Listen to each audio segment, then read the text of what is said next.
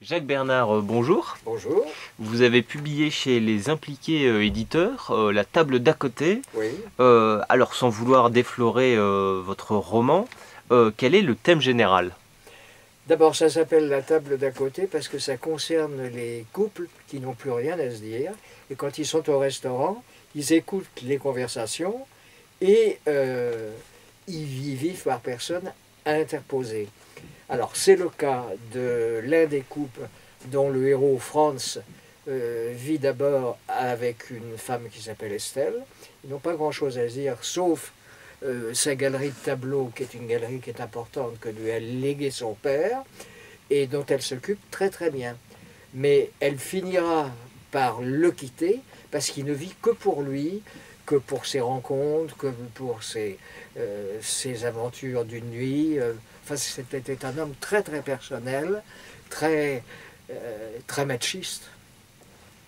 Et c'est sa vie depuis l'âge de 5 ans jusqu'à la cinquantaine, où il va complètement, pour des raisons précises, complètement changer. Alors, qu'est-ce qui a occasionné le comportement de Franz, justement, dans sa vie? Franz. Alors, Franz est d'une famille très aisée, dont le père est un commissaire-priseur très connu, qui est en même temps, qui possède énormément de tableaux rares, qui s'occupe de peintres en vogue. Enfin, c'est un milieu parisien très artiste, qui donne l'impression de vivre dans dans une certaine discipline, mais on laisse le fils libre. Et quant à la mère, elle est en admiration devant le fils, et quand il se tape toutes les jeunes personnes qu'il rencontre, on dit que c'est un joli cœur. Bon.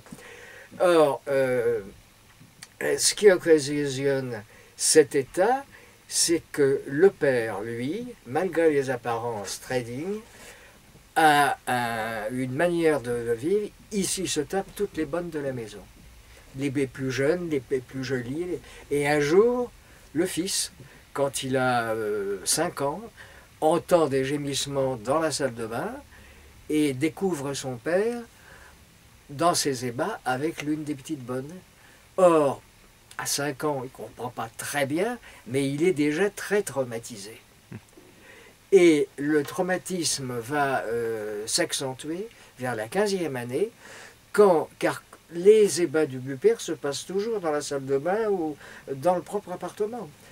Et à 15 ans, sa mère se précipite pour faire descendre son fils et dit « Je ne sais pas ce qui se passe, mon père, il y a des gémissements. » Et ils descendent, les pompiers viennent, et le père était dans la salle de bain avec une autre des petites servantes, et il est mort. Donc ça, c'est un traumatisme qui va le poursuivre toute sa vie, c'est-à-dire qu'il remplace le cœur par le sexe, tout le temps. Voilà. Et alors, du coup, finira-t-il finalement par ce... Oui, parce qu'il a eu de nombreuses liaisons juste d'un soir, mais par contre, il en a eu 2, dont celle dont je viens de vous parler. Elle l'aura quitté parce qu'elle n'aura plus supporté son état tellement personnel.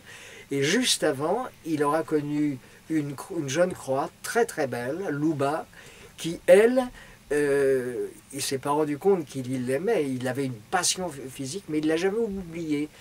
Et comme c'est une femme très libre, elle était retournée en Croatie, elle l'avait abandonnée, également ne supportant pas cet état.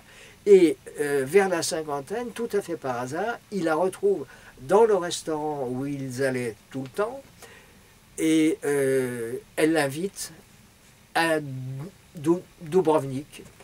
Et là, il commence à 50 ans à se poser des questions. L'inanité de son existence, et il commence à se rendre compte que sa vie ne rimait à rien du tout.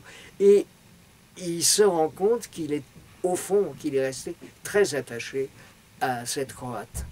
Or, elle va l'accompagner à l'aéroport quand il rentre, puisqu'il est venu pour passer quelque temps, pour des vacances. Et au dernier moment, au moment de prendre l'avion, ils ne peuvent pas se séparer. Et je laisse au lecteur ce qui peut se passer.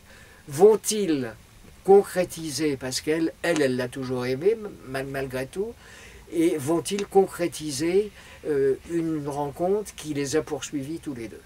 Voilà en gros l'histoire. Jacques Bernard, merci beaucoup. Je vous en prie.